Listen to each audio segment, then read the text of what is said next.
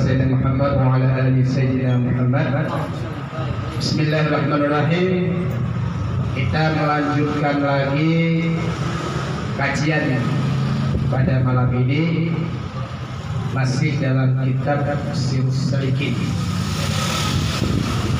Bismillahirrahmanirrahim. Man arafa nafsahu faqad arafa rabbahu. Barang siapa yang mengenal dirinya, faqad arafa rabbahu, maka orang tersebut pasti mengenal Tuhannya. Kalau seseorang itu mengenal siapa dirinya, pasti orang tersebut mengenal siapa nama Tuhannya. Kenal. Banyakan di zaman sekarang ini nggak kenal dirinya sendiri, banyak tuh. Contoh ini, orang yang kenal dirinya berarti dia kenal Tuhan. Kalau orang yang mengenal Tuhan, mengenal Allah, berarti orang tersebut saat Allah memberikan perintah, maka dia akan menjalankan perintah Allah. Ketika azan berkumandang nyampe waktu sholat subuh misalnya, pernah lihat gak? Ketika dengan kalimat as-salatu khairun minan naum, kambing buru-buru ke masjid, kalian gak? Nah, ketika azan hayya 'alas shalah, itu sapi lagi tidur di kandang, buru-buru mandi, pakai baju salib dia ke masjid sholat. Pernah lihat nggak? Tidak ada. Kambing ke masjid, pernah lihat nggak? Dia kabur. Kalau dengar azan buru-buru, saya mau kambing. Nih, jadi begini maksudnya. Ketika seseorang mengenal dirinya, maka dia mengenal Tuhannya. Manusia katanya kenal namanya si A, namanya si B, namanya si C, ada namanya. Dia kenal siapa dirinya, dia kenal siapa nama orang tuanya. Kalau dia kenal dirinya, berarti dia kenal sama yang menciptakannya. Siapa yang menciptakan kita? Hah? Siapa yang menciptakan kita?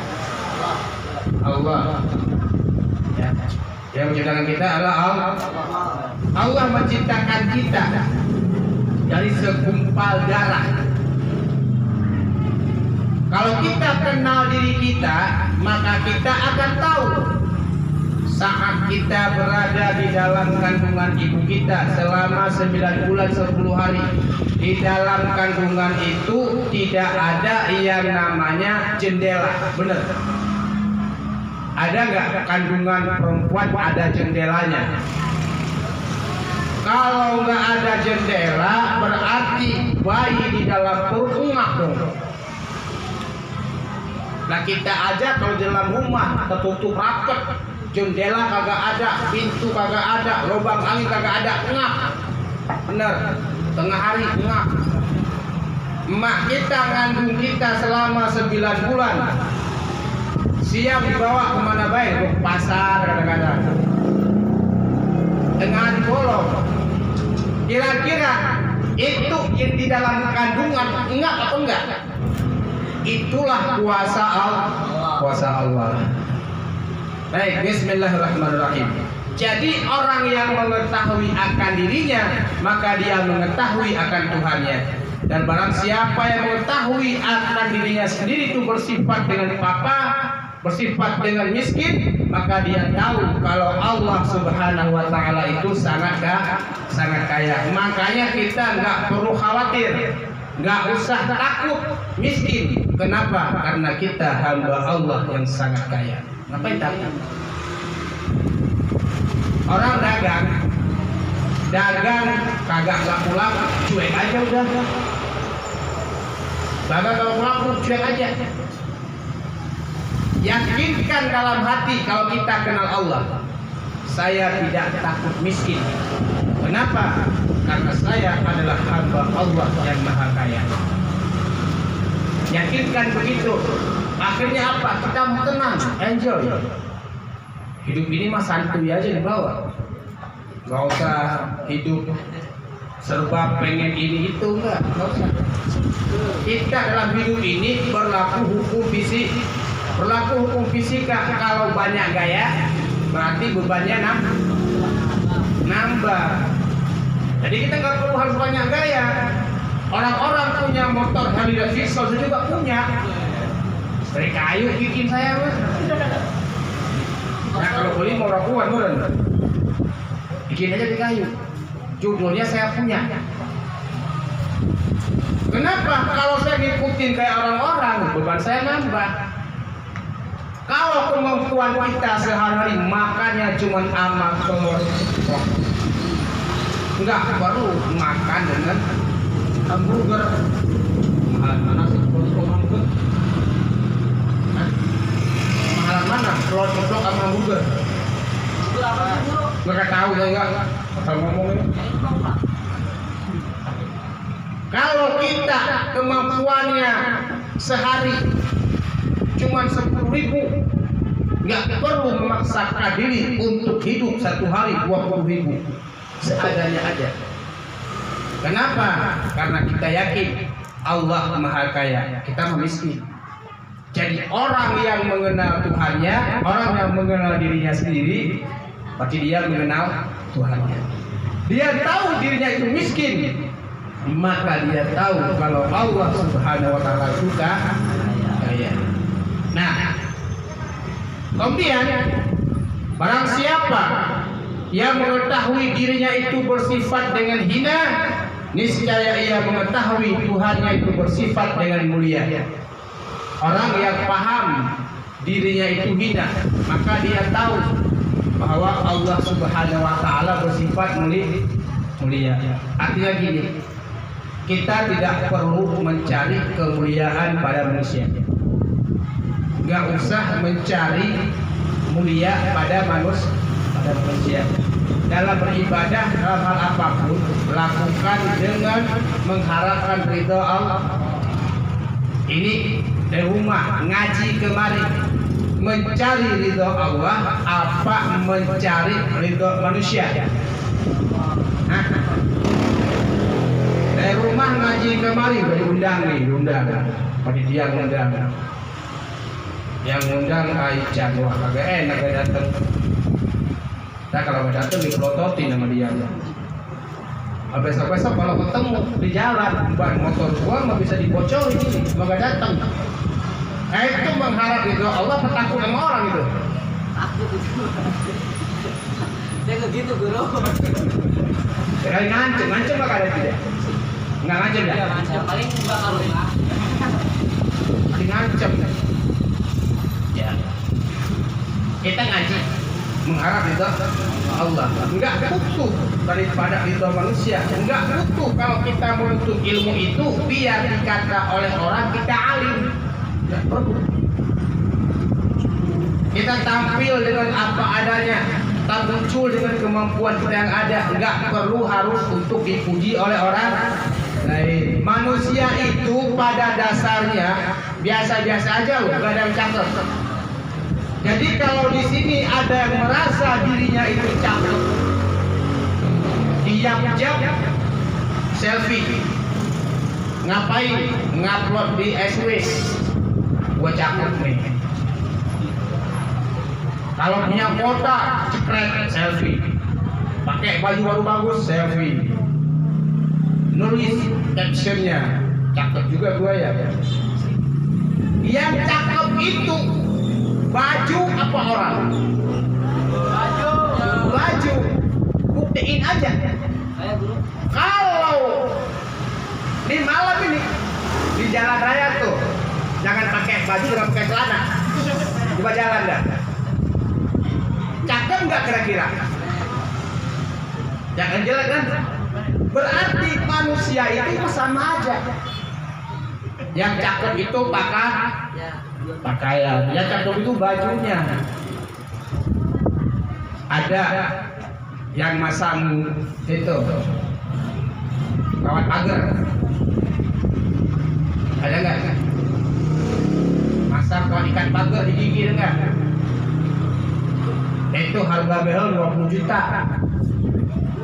Ya, harga behel 20 juta. Mahalan mana behel sama gigi? Padahal kita punya gigi kagak beli loh. Gratis dari Allah Subhanahu wa taala. Kawan behel gigi harga 20 juta. Andai kata gigi kagak punya itu 20 juta, kawan behel taruh di mana? Taruh di mana coba? Lah ini mau bikin itu, mau bikin tiang corak.